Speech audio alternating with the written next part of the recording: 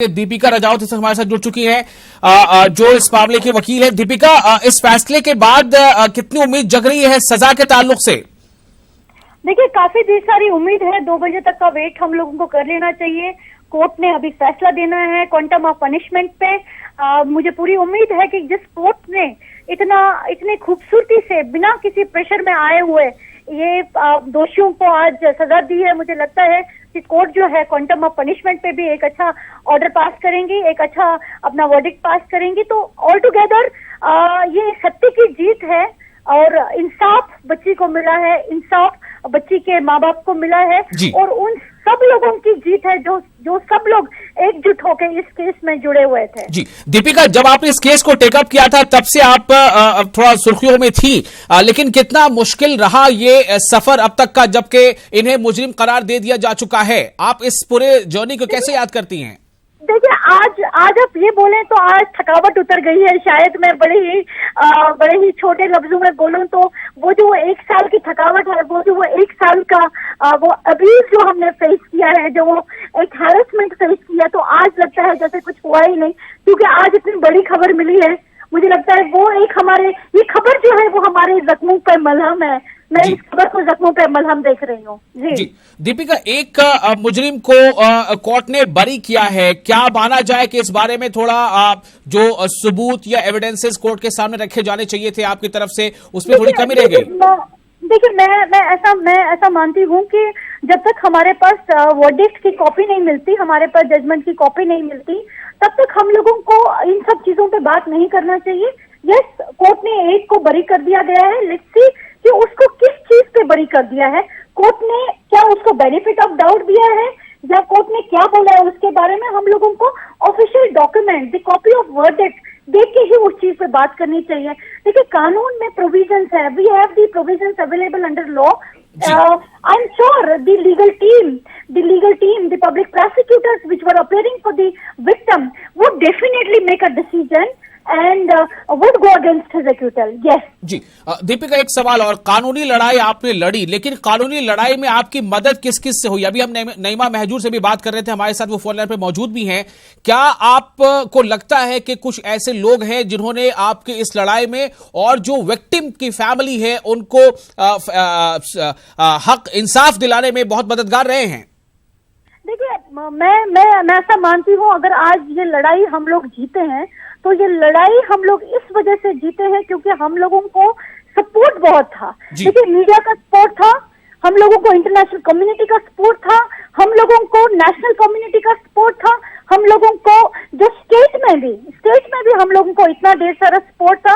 देखिए, आपने देखा कि उस समय की हमारी जो चीफ मिनिस्टर थी महबूबा जी थी, वो पर्सनल अटेंशन इस केस को दे रही थी। आपने नईमा जी की बात की जो कि अभी ऑनलाइन है, इन्होंने कितना हार्डवर्क किया। तो ऑल टुगेदर ये एक कलेक्टिव अप्रोच थी। कलेक्टिव अप्रोच में हम लोगों को सपोर्ट किया गया। तो ये एक वो सपोर्ट की वजह से ही हम ये लड़ाई। नईमा, आप दीपिका राजावत से कुछ कहना चाहेंगे इस वक्त? नईमा, दीपिका, और मुझे अंदाजा है इस बात का कि दीपिका ने भी किस तरह से ये लड़ाई लड़ी, और हम कई बार जब मिले भी और हम इस केस के बारे में जब बात करते थे तो एक अंधेरा सा सामने आता था कि क्या हम ये लड़ाई जीत पाएंगे। लेकिन शुक्र अल्लाह का कि दीपिका ने भी जो इसमें लड़ाई जो रोल अदा किया है वो काबिल सताइश है, और मुझे यकीन था कि हम ये लड़ाई जीत पाएंगे। और मैं आपकी वसात से दीपिका को भी मुबारकबाद देना चाहूंगी कि at last we have won. जी दीपिका, आपसे मेरा एक सवाल ये है कि जब इस मामले में कुछ मजहबी रंग देने की कोशिश की गई थी इस मामले को, और इस मामले में इंसाफ की इस लड़ाई के रास्ते में भी धर्म को बीच में लाया गया था, तब क्या आपके मन में कुछ ऐसी बात आई थी? देखिए, बात मन में आने वाली बात नहीं है। देखिए, उस समय कानूनी जंग थी। मैं एज अ लॉयर इस केस को लड़ रही थी, मैं एज एन एक्टिविस्ट इस केस को लड़ रही थी। तो मेरे को जो सामने वो कहते हैं वो अर्जुन वाला, जो अगर हम वो हमारे कहते हैं कि अर्जुन को सिर्फ मछली की आंख दिखाई देती थी, तो मुझे भी सिर्फ केस दिखाई देता था। मुझे ना इसमें धर्म दिखाई देता था, ना ही थ्रेट्स दिखाई देती थी, ना ही अब्यूज दिखाई देता था। मुझे सिर्फ ये था कि I have to have a strong will to fight.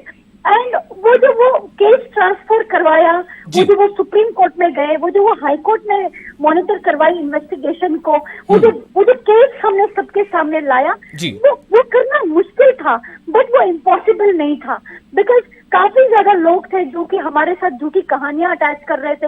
हम लोगों को इंटरनेशनल भी बोल दिया गया, हम लोगों को क्या क्या नहीं बोला, but since we had decided, हम लोगों ने मन बना लिया था कि मंशा ये थी कि बच्ची को इंसाफ मिले, तो देखिए हमारे सामने आज उसका रिजल्ट हम लोगों के सबके सामने है। जी, आपसे एक और सवाल है यहाँ पर कि कौन सा कुछ ऐसा मोड़ आया होगा जो आपके इस कानूनी इस केस में जो आपके लिए एक मेमोरी बन जाएगी कि आपके इस खास केस में ऐसे ऐसे मामले आए थे? दीपिका, देखिए मुझे तो लगता है कि ये पूरा साल मेरे लिए एक ऐसा साल है कि मेरी जिंदगी का सबसे बड़ा साल 2018 रहेगा और आज का दिन रहेगा। मैं आज आपके माध्यम सब लोगों को ये बताना चाहूंगी कि 1 से 2 महीने के अंदर मेरी किताब आ जाएगी 2018 पे।